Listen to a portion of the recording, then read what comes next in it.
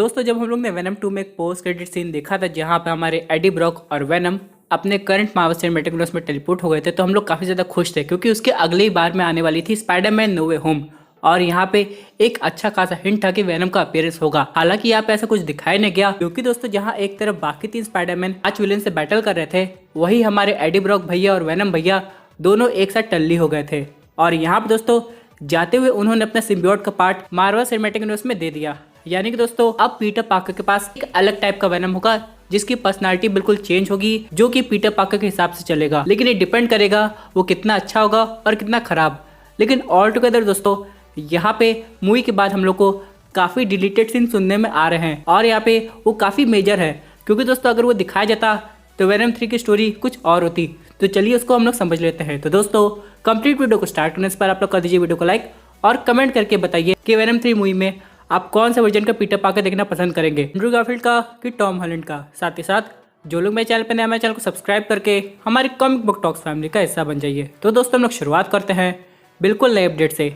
अब सबसे पहले हम लोग यहाँ पे समझ लेते हैं, आप लोग को याद होगा फाइनल बैटल में एक सीन आया था जहाँ पे पीटर पार्कर बस गॉब्लिन को खत्म करने जा रहा था, लेकिन यहाँ पे टॉबी का स्पाइडरमैन आके उसे रोक लेता था।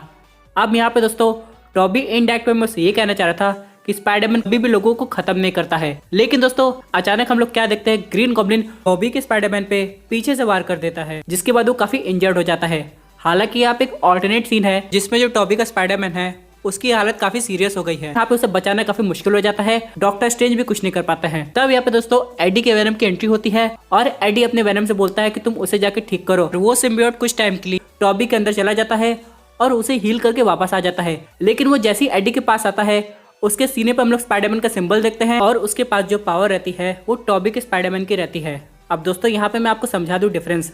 अगर यहाँ पे वेनम टॉम हॉलैंड के स्पाइडरमैन के ऊपर आता या फिर एंड्रू के ऊपर, तो हाँ उसके पास स्पाइडरमैन की पावर्स आती। लेकिन जो नेचुरल वेब शूटर का काम है जो सिर्फ टॉबी का स्पाइडरमैन कर सकता है, वैसा वेनम को कुछ नहीं मिलता।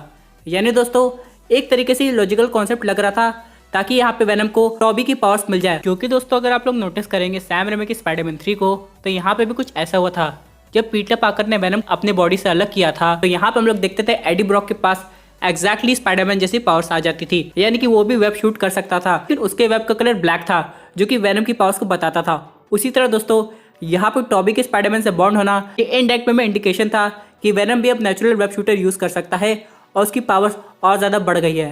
और अगर ऐसा होता दोस्तों तो वेनम 3 में हम लोग को वेनम काफी और इवॉल्व देखने को मिलता, लेकिन पता नहीं क्यों ये सीन हटा दिया गया। और आप लोग तो जानते हैं स्टोरी के अकॉर्डिंग वेनम की जो एंट्री है वो स्टार्टिंग में होने वाली थी, जैसे कि डॉक्टर ऑक्टोवियस की हुई थी, लेकिन ये सब नहीं रखा गया। यहाँ पे वेनम को एकदम सेपरेट दिखा गया और बस जाते हुए उसने एक अच्छा काम किया कि अपने सिम्बियोट का एक पार्ट मार्वल सिनेमैटिक यूनिवर्स को दे दिया। लेकिन ऑल टुगेदर दोस्तों अगर ये सीन होता तो वेनम की पावर्स का कोई जवाब नहीं होता और वेनम 3 में हम लोग को अब तक का सबसे पावरफुल वर्जन का वो सुपर हीरो देखने को मिलता।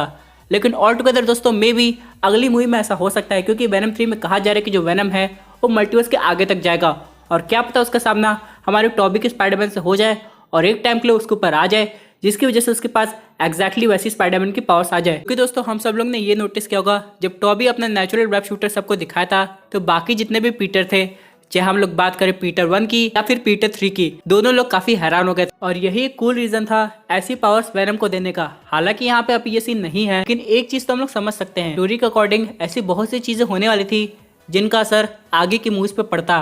तो आप लोग सोचिए दोस्तों, क्या आपके हिसाब से वेनम को टॉबी के स्पाइडरमैन की पावर्स मिलनी चाहिए थी या फिर यहाँ पे स्टोरी बिल्कुल सही थी। तो दोस्तों ये थी एक अमेजिंग अपडेट जो कि रिलेटेड थी नो वे होम के डिलीटेड सीन से। आई होप आपको ये वीडियो पसंद आई होगी। वैसे आपकी क्या व्यूज इस पर्टिकुलर टॉपिक पे, अपने व्यूज जरूर कमेंट कीजिए। और दोस्तों अगर आप ऐसे सुपर हीरो कंटेंट एंजॉय करना चाहते हैं तो हमारे चैनल को सब्सक्राइब करके हमारी सुपर हीरो फैमिली का हिस्सा बन जाएगा।